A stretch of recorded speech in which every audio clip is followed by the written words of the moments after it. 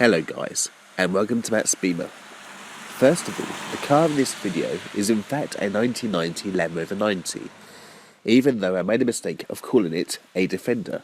I have tried to find any decent footage from what I have filmed, which in itself was a difficult task. I only had 1 hour to film this car, so please forgive me for any mistakes which I have made. This 90 seems to have a lot of aftermarket accessories, which can get a bit confusing when nothing is labelled. This specific car has had its engine upgraded to a 200 TDI from the Discovery, which makes this car more reliable, better on fuel, and with better performance, though now it seems that people are changing over to the 300 TDI, as parts are easy to get hold of. The 90 started production in 1983 and changed over to the Defender name in 1990. If it's performance you're looking for, this car will not be your cup of tea, as this classic 2.5 turbo diesel lump will get you to 60 in just under 16 seconds, and has a top end speed of 84 miles per hour. You will want this car for serious off-roading. Its gear ratios and driveline settings can get you almost anywhere. They are also amazing at towing. I hope you enjoy this video. If you have any questions, just please comment down below and I will try and answer as best as I can. Take care. So let's have a look around this beautiful 1990 Land Rover Defender, which has a 200 TDI engine from a Discovery.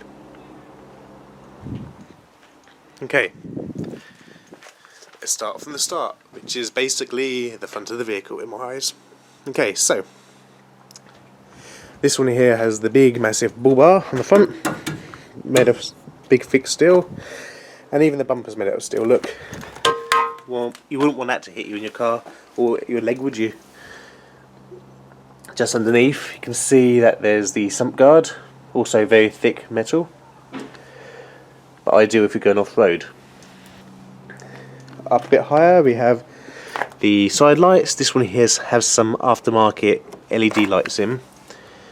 The standard headlights with a stone protector on the front, and also the indicators. I love the black and white colour combo.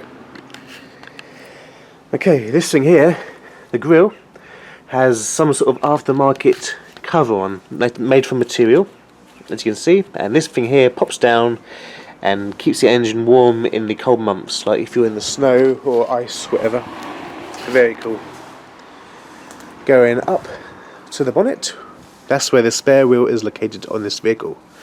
It's great for looks, but for me it makes it awkward for when you're driving, and it makes it awkward for when you want to open the bonnet with camera. It's super heavy. Without it, the bonnet is very light. Just here you have the air vents. Inside there's a little pull switch, or lever, whatever you want to call it, and you pull it and push it down, and these pop open. I should just show you on another clip.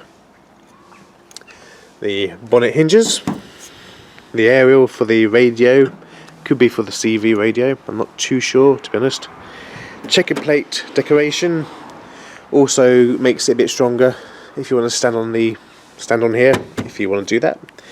This lets the air flow into the engine bay, which cools the engine down, which is great. Going down to the side, we have the Land Rover sticker, picked from one of the Land Rover magazines, the indicator, and the very cool wheel arches which are made from rubber, which I love. This one has aftermarket springs on. I've forgotten the make of them, but I've seen a sticker on the other side of the vehicle, so I shall tell you in a minute. Big massive mud pluggers, and other big tyres and small wheels. The tyre size on this is 235/85 R16s. It has been used off-road and it's great. The the basic wing mirrors, manually adjustable. Down the side you have some more checkered plate, just there, see?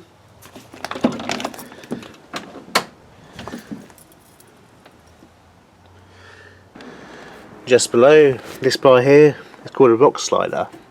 This protects you from the rocks, big massive boulders, from crushing the side of your vehicle, in theory. This is the where you put your fuel, diesel of course. The back of the car also has the lovely black rubber wheel arches, which I like. Again, the same size wheels that were on the front, and here you can see the suspension better on this wheel. Super gas suspension, Brit part, that's the make of them. Now man, to the back of the vehicle, how you have more of that checkered plate. I think that's what it's called. Looking at the back, you can see lots of funny stickers from the owner. And on top of the vehicle you have another aftermarket aerial. Aftermarket lights, spotlights, indicators, fog lights, you name it, it's all there. Here you have a socket for if you want to tow a trailer. This is where the towing stuff will go onto. Big massive road flaps.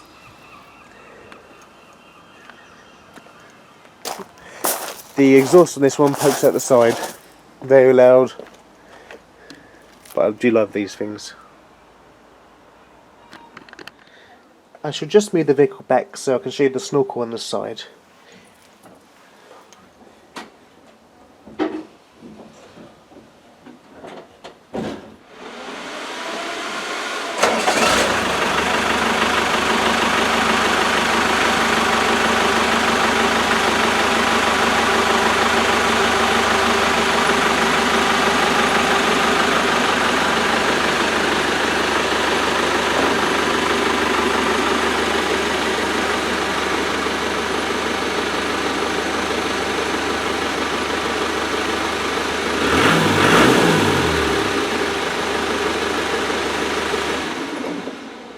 So on the passenger side of this vehicle you have the big massive snorkel.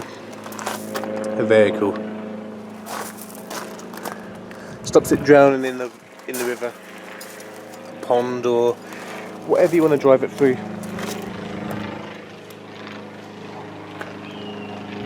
Right, let's look inside the car. This is the key, a standard key. Put it in the hole, turn it, and push the button, and there you are.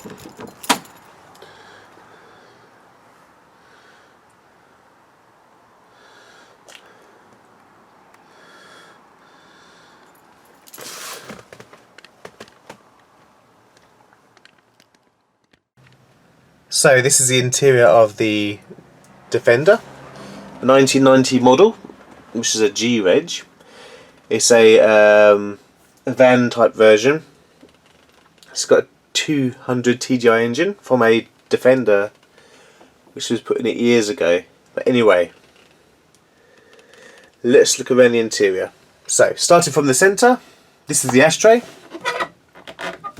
You can see it's got a Defender model which I gave to him years ago from my old childhood. Just down below it we have a Kenwood radio, which is a CD player with UX port. Obviously it's aftermarket. This area all the way down here is the storage area for kind of like your glove box, but obviously this one doesn't have one. These vents here, you push them to the right and you push them up and down, and it makes the vents on the outside open up to allow air into the cabin. Going just below the radio we have an aftermarket panel, well, aftermarket switches on this panel.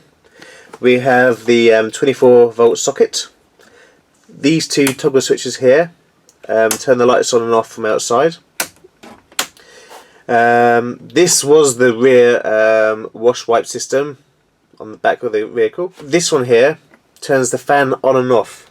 I'll show you. Put it into number 2 mode and then I'll push it. Now you have sort of like a fan system. The instructions on how to use the differential, like the differential lock. If you pause it you should be able to see it, but it's quite hard to see what I'm doing now due to the weather conditions. This vehicle has the 5-speed manual transmission. to put it into reverse is along and up. For those of you who have driven mostly new vehicles, you will find this difficult to drive. This thing down here, the second knob, is the differential lock. Low, neutral and high. Just behind the gearbox area we have this big storage box, which is aftermarket I believe. Has, yeah, as you can see, it's massive. You put all your stuff in there. Could actually even put a fridge in there, which would be good. Just in front of that we have the 2 cup holders. It's full of stuff at the moment, but as I said, it's his daily for work. He's a manual worker. Below this, he's halfway through installing this CV system, like the old truckers used to have years ago. He has yet to complete this task. Going to the instrument cluster, we have the speedo here. We have the fuel gauge. We have the temperature gauge. And this here is the gauge for the battery, tells you the voltage. Just here you have all the usual warning lights for the vehicle. This is the aftermarket steering wheel. It's a bit smaller than standard, but it does the job. This is for when the high beams are on. Do this to beat the horn. This little switch down here is for like the side lights and low beams, etc. The ignition switch is on the ignition key slot is here. The opposite side of what I'm used to. This, sorry, open the door quickly. This here is for the windscreen wipers. You push it to spray the windows. If the higher you push it up, the faster it goes. Doesn't have the intermittent wash wipe system that we have on the modern cars. As you should know, this is the hazard light. And this one here is the interior light switch. Again, it looks aftermarket to me. We're going to the left of the instrument cluster. Well, this should have been the fan speed. It's got 2-speed fan. Going to the right hand side, as I said, it's got cable tie on, so it doesn't work anymore. This one here is the temperature control for the interior fan.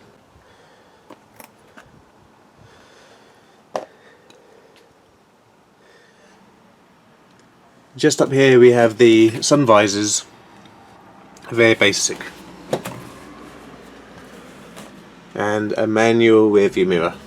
And also the mirrors on this vehicle are also manual, as expected. As you can see, he has aftermarket seat covers. This one here adjusts the lean on the seat, and this one here makes the seat go forward and backwards. Very, very basic. That's the handbrake. The pedals.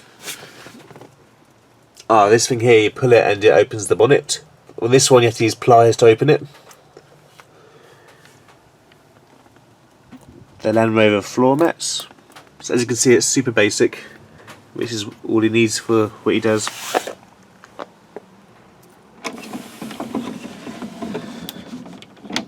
Here you have the wind up windows, or wind down, whatever you want to call them. You have the latch to open the door, the grab handles, and this here manually locks the door from the inside. Grab the keys and go to the other side. Here's the view from the passenger side. Nothing much to show you here.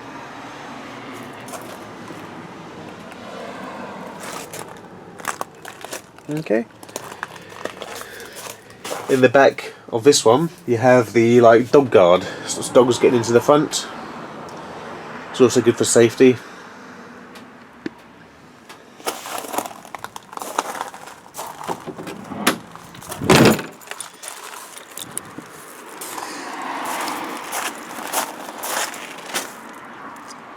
Let's look in the back of the vehicle. Key, unlock, lift it up, open. Right. Quite a lot of space in the back. Hopefully I'll be able to tell you the figures when I get home, because I have no idea what the figures of the spaces are in the back.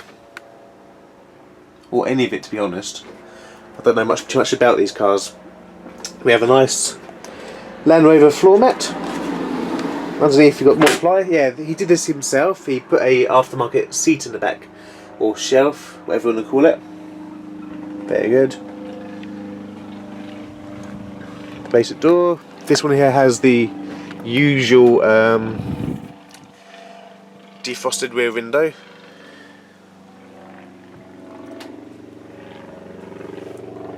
Yeah, that's about it from inside. Very basic but very cool.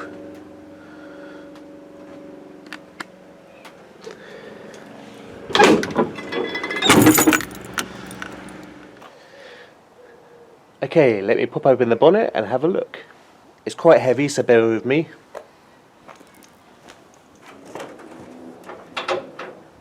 That wheel does weigh a lot.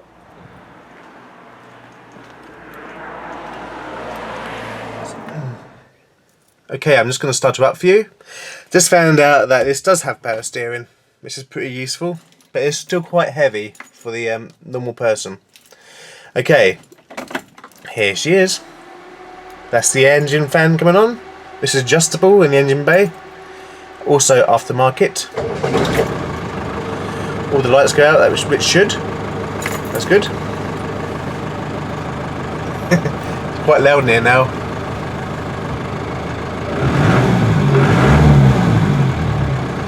But it's lovely. I would love one of these back in Russia.